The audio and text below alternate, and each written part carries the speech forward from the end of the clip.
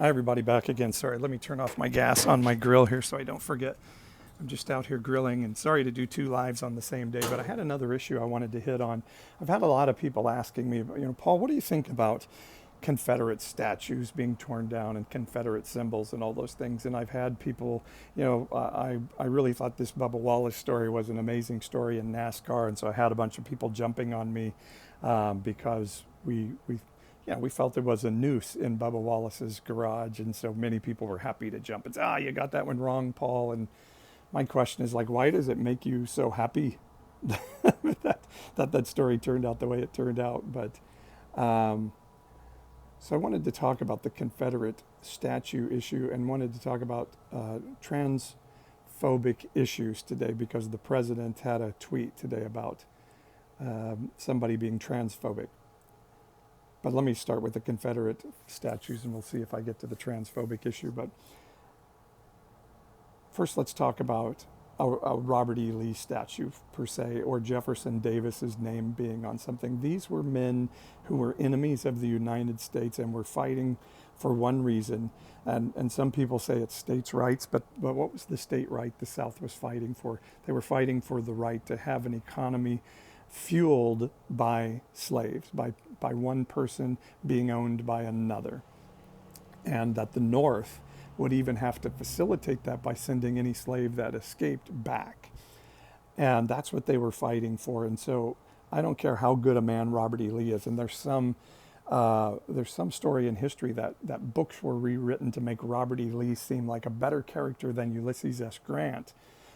Even though Grant came from a family that abhorred slavery, he married into a family that had slaves, but he always was uncomfortable with it. And Lee is this great man, and Grant is looked at as this abhorrent guy. And that's a little bit of a retelling of history. And it was done in the 20th century that we started to see retelling of history of the South, and statues being built to Robert E. Lee and Jefferson Davis's name, who was the Confederate president, being put on things. And they did this for a particular purpose, and particularly during the Civil Rights Movement, putting the Confederate flag on the state flags. It was done to say, hey, we don't care if the laws are Sorry, I had to pause there for a second. We don't care if laws and culture and things are changing. We're not changing. And because of that, let's get real. These symbols need to come down. I'm so happy that Mississippi is succumbing to financial pressure. It took, of course, but succumbing to that financial pressure to take the Confederate flag off their flag, their state flag, because there are people in our country that feel like this is a major middle finger to them. It would be akin to, in Germany, a high school having a mascot of the Nazis and have a papier-mâché-headed Hitler running around with an SS flag with a swastika on it. Do you think that would happen? Or somebody would say, that's not the best idea. Yet we still have teams called rebels running around with Confederate flags and Confederate soldiers. And I think that's a part of history that we're not trying to rewrite. Or erase, I should say. We're not trying to erase history. We're trying to correct what was a rewriting of history at a time that was aimed specifically at a people group. Some say, but it's going too far. What next? Washington statues and Teddy Roosevelt's. And what I always say is, in relationship, sometimes things go a bit too far and we have to work through the mess of that. And that's part of what we might be seeing here. So we're going to have to work through that mess together. But if we're willing to hear each other in the middle of it, we can do that. Now, the one other thing I wanted to talk about today was President Trump tweeted, kind of tweeted at a lady named Jamel Hill, who is found to have written something that was a statement that was a little transphobic in her past. And so I found it interesting that President Trump tweeted about this, because I haven't found him to be particularly gentle and helpful and interested in trans issues in the past. And so people ask me questions about these sometimes, and should Christians even be worried or defensive of trans people?